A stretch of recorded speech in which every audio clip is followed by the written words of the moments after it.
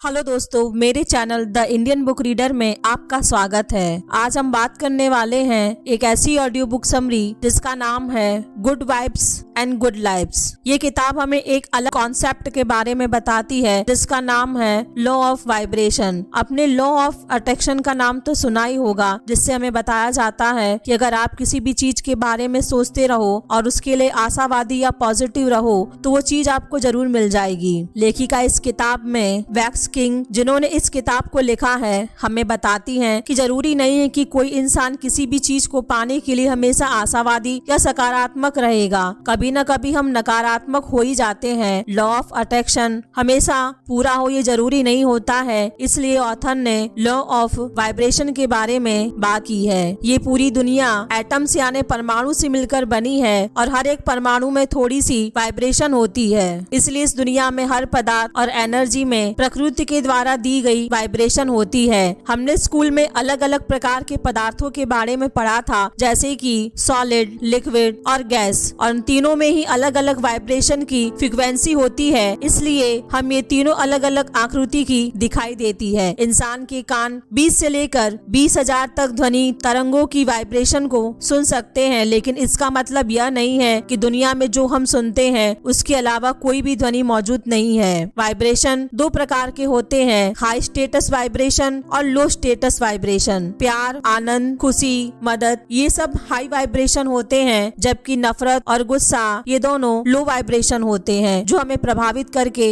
बुरा बना देते हैं, जिससे हम अपने गोल्स या सपनों को अचीव नहीं कर पाते हैं। आज हम इसी लॉ ऑफ वाइब्रेशन के द्वारा खुद को इम्प्रूव करने के लिए कुछ अमेजिंग बातें सीखेंगे। नंबर 1 है खुद से प्यार करें। खुद से प्यार करने, अपने आप को स्वीकार करने के बीच का संतुलन है। आप जानते हैं कि आप बेहतर बन सकते हैं और फिर इसके प्रति काम करना शुरू कर दें। ऐसे लोग जिनकी वाइब्रेशन लो है और वो आपको भी उसी वाइब्रेशन में ले जाते हैं, उनको छोड़ना ही बेहतर है और इसमें आपको बिल्कुल भी खेद नहीं होना चाहिए। जब आप अपनी पूरी क्षमता के साथ जीते हैं और काम करते हैं तो सिर्फ आपने आपकी दुनिया ही नहीं बल्कि अपने साथ वालों की दुनिया को बदल देते हैं। इसलिए कभी भी आपको अपने जीवन से समझौता नहीं करना है। लोगों को खुश नहीं बल्कि खुद को खुश करना है। लोगों को सेटिस्फाई नहीं बल्कि खुद को करना है। नंबर 2 है सकारात्मक लोग। अपने आप को हमेशा पॉजिटिव लोगों से घिरा हुआ रखना, जो आपके हमेशा आपके काम के लिए एनकरेज करें, साथ ही आपके गलत काम भी बड़ी साझेदारी से बता सकें। ऐसे लोग आपके वाइब्रेशन को हाई रखने में मदद करते हैं और आपको हमेशा काम करने की क्षमता प्रदान करते हैं। नंबर 3 है नकारात्मक लोगों को कैसे हैंडल करें। दुनिया में चाहे कितने भी अच्छे लोग क्यों न हो, चाहे उन्होंने कितने भी अच्छे काम किए हो, लोगों की मदद ही क्यों न की हो, और चाहे वो लोगों के लिए मर भी जाएं, लेकिन फिर भी कुछ लोग जरूर होते हैं जो आपको पसंद नहीं करते हैं। अगर आप ये चाहते हो कि आपको दुनिया में सब पसंद करें और एक भी व्यक्ति ऐसा ना हो जो आपसे खुश न हो पाए, तो आप पूरी जिंदगी अपने आप को कमरे में बंद रखिए, तो शायद ऐसा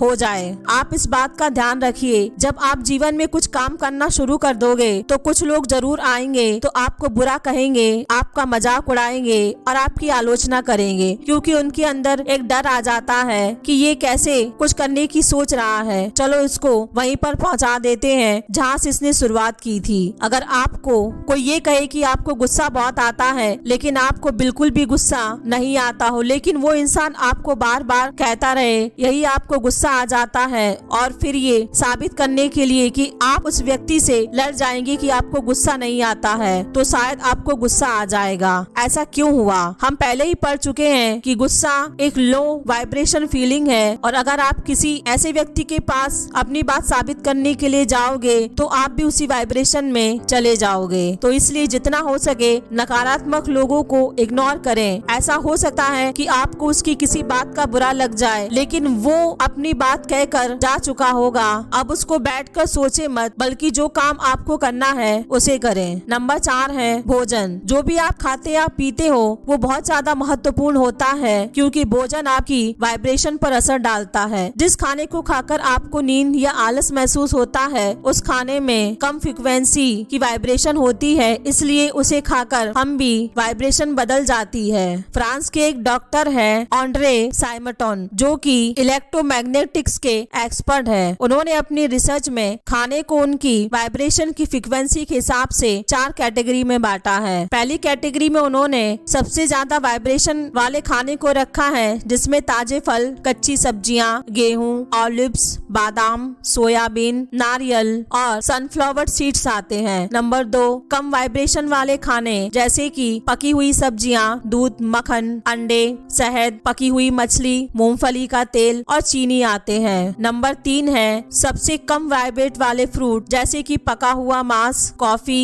चाय, चॉकलेट, जैम, चीज, सफेद ब्रेड। चौथी कैटेगरी जिसमें बिल्कुल भी वाइब्रेशन नहीं होते हैं जैसे कि पैकेज फूड्स, बनावटी मक्खन, शराब, रिफाइंड सफेद चीनी और मैदा। तो इसलिए आप सोच समझकर खाने का चुनाव करें। जो ज्यादा वाइब्रेशन वाले फ्रूट है उन्हें ही खाइए। हमारे शरीर में 70% पानी है, इसलिए आप कितना पानी पीते हैं इस पर जरूर ध्यान दें। वैसे तो कोई एनर्जी नहीं होती है, लेकिन पानी शरीर के टॉक्सिन्स को बाहर निकालता है और खाने को पचाने में सहायता करता है। इसलिए जितना हो सके आप संतुलित भोजन और साफ पानी पिए। नंबर 5 है मेडिटेशन। ध्यान लगाने के बारे में शायद आपने पहले सुना होगा, काफी बार करने की कोशिश भी की होगी, लेकिन शायद आपको इसे करना नहीं आता होगा। पहले कभी करने का प्रयास किया हो लेकिन कोई परिणाम न दिखा हो, इसलिए आपने करना छोड़ दिया होगा। लेकिन कि अगर आप 30 दिन हर रोज सिर्फ 15 मिनट के लिए ध्यान करने लगते हैं तो आप अपने अंदर एक अलग तरह का अनुभव या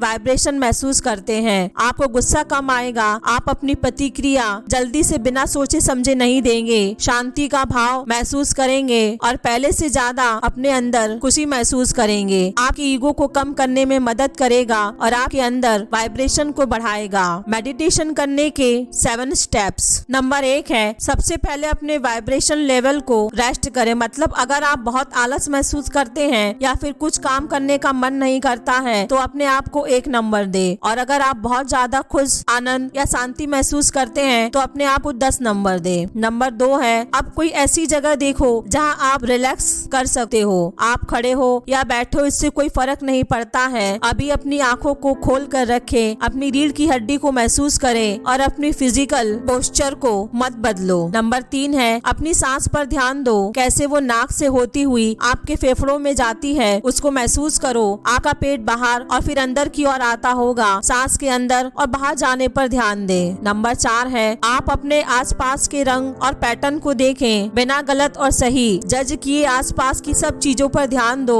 और अपने आप को रिलैक्स छोड़ दो। फिर धीरे से आंखों को बंद करो। नंबर 5 है अब अपने आसपास की ध्वनि को सुनो। घर के बाहर कोई सब्जी बेच रहा होगा, घर में खाना बन रहा होगा, इस तरह की ध्वनियाँ आपको सुनाई देंगी। अगर आप बहुत ध्यान से सुनोगे तो आपको अपनी सांस लेने की आवाज भी सुनाई देती है। नंबर 7 है अब आपके शरीर में सेंसेशन महसूस हो रही होगी, कोई टेंशन या कोई भाव पैदा हो रहा होगा, उसको बिना बदले सिर्फ अपनी सांसों पर ध्यान दो, उसको अंदर और बाहर करो और छोड़ते रहो। ऐसे ही 1 मिनट तक करो, फिर धीरे से अपनी आंखों को खोले। नंबर 7 है अब अपने वाइब्रेशन लेवल को चेक करो, आपको कैसा महसूस हो रहा है और आप नोटिस करोगे कि आपके वाइब्रेशन लेवल में काफी बढ़ोतरी हो चुकी है। आप मेडिटेशन कहीं भी कर सकते हैं, आप चाहे बर्तन धो रहे हो या कपड़ा पहन रहे हो या आप ध्यान लगा सकते हैं। हर रोज 15 मिनट करें। अगर शुरुआत में ये ज्यादा लग रहा है तो 2 या 3 मिनट से शुरू कर सकते हैं। नंबर 6 है एक अच्छे पार्टनर्स की ताकत। जैसा कि हमने ऊपर पढ़ा, एक ऐसा इंसान जिससे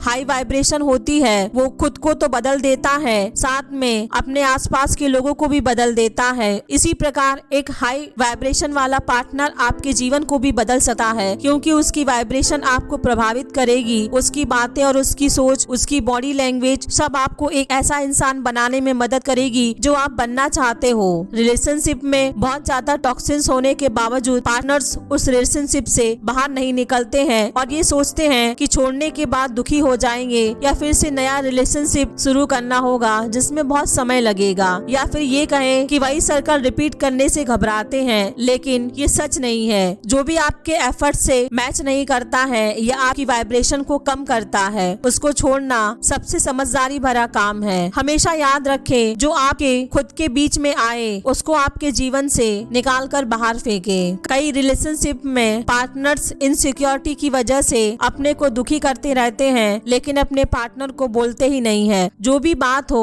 अपने पार्टनर से सीधे जाकर बोल सकते हो, अपने अंदर रख कर हेट और डाउट से न भर जाएं। अगर सच हो तो भी उसको ऐसे पार्टनर को छोड़ने में कोई भी रिग्रेट रिग्रेट नहीं होना चाहिए। नंबर 7 है परिवार का सामना। क्योंकि वो हमारा परिवार है, इसका मतलब ये नहीं है कि उनके इंटेंशन हमारे लिए हमेशा अच्छे ही होंगे। हमें हमेशा यही सिखाया जाता है कि दुनिया में सबसे ज्यादा जरूरी हमारा परिवार होता है, लेकिन परिवार हमेशा ही हमारा सपोर्ट नहीं करता है, बल्कि कभी कभार उनसे ज्यादा तो करीबी रिलेशनशिप या दोस्त हमारे परिवार से ज्यादा परिवार बन जाते हैं। परिवार से दूर हो जाना सबसे कठिन और दिल तोड़ने वाला कदम है, क्योंकि हमारा परिवार हमारे लिए सबसे ज्यादा जरूरी होता है। और तब तो और भी ज्यादा मुश्किल हो जाता है जब हमारे माता पिता ने हमारे लिए बहुत कुछ किया हो। आपको हमेशा ही ऐसा करने की जरूरत नहीं पड़ेगी, हमें सिर्फ अपने माता पिता को समझना होगा, क्योंकि उनके वक्त में ऐसी टेक्नोलॉजी नहीं थी, ऐसे काम नहीं थे जो आज के समय में होता है। पहले कोई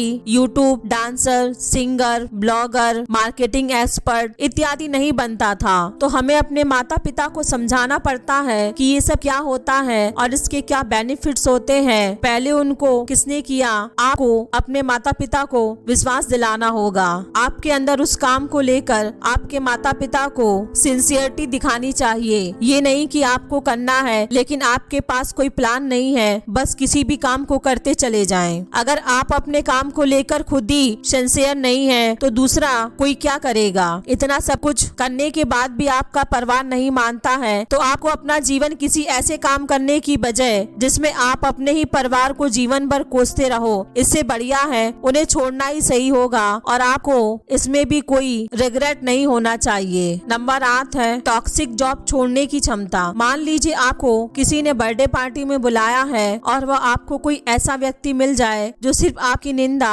और आप मजाक उड़ाता रहता है, तो आप उस व्यक्ति को अवॉइड करोगे ताकि वो आपकी अंदर की शांति को खराब न करे। जब आप अपनी जॉब के बारे में सोचिए जहां आपको ऐसे लोगों से मिलना पड़े जिनका वाइब्रेशन स्टेटस बहुत ज्यादा लो हो और हमेशा नेगेटिव बातें करते हो, जिससे आपका वाइब्रेशन भी कम हो जाता है। वैक्स किंग ने अपनी जॉब छोड़ दी क्योंकि उनको अपनी जॉब पसंद नहीं थी, ना ही वो जॉब उनका पैशन था। उनकी फाइनेंशियली कंडीशन भी सही नहीं थी और उधार भी देना पड़ता था, लेकिन जॉब छोड़ने के बाद वैक्स किंग ने अपना पैशन फॉलो किया और उन्होंने अपना लाइफस्टाइल ब्लॉग और पर्सनल डेवलपमेंट आर्टिकल लिखना शुरू किया और अंत में उन्होंने अपनी जॉब छोड़ने का कोई पछतावा नहीं हुआ।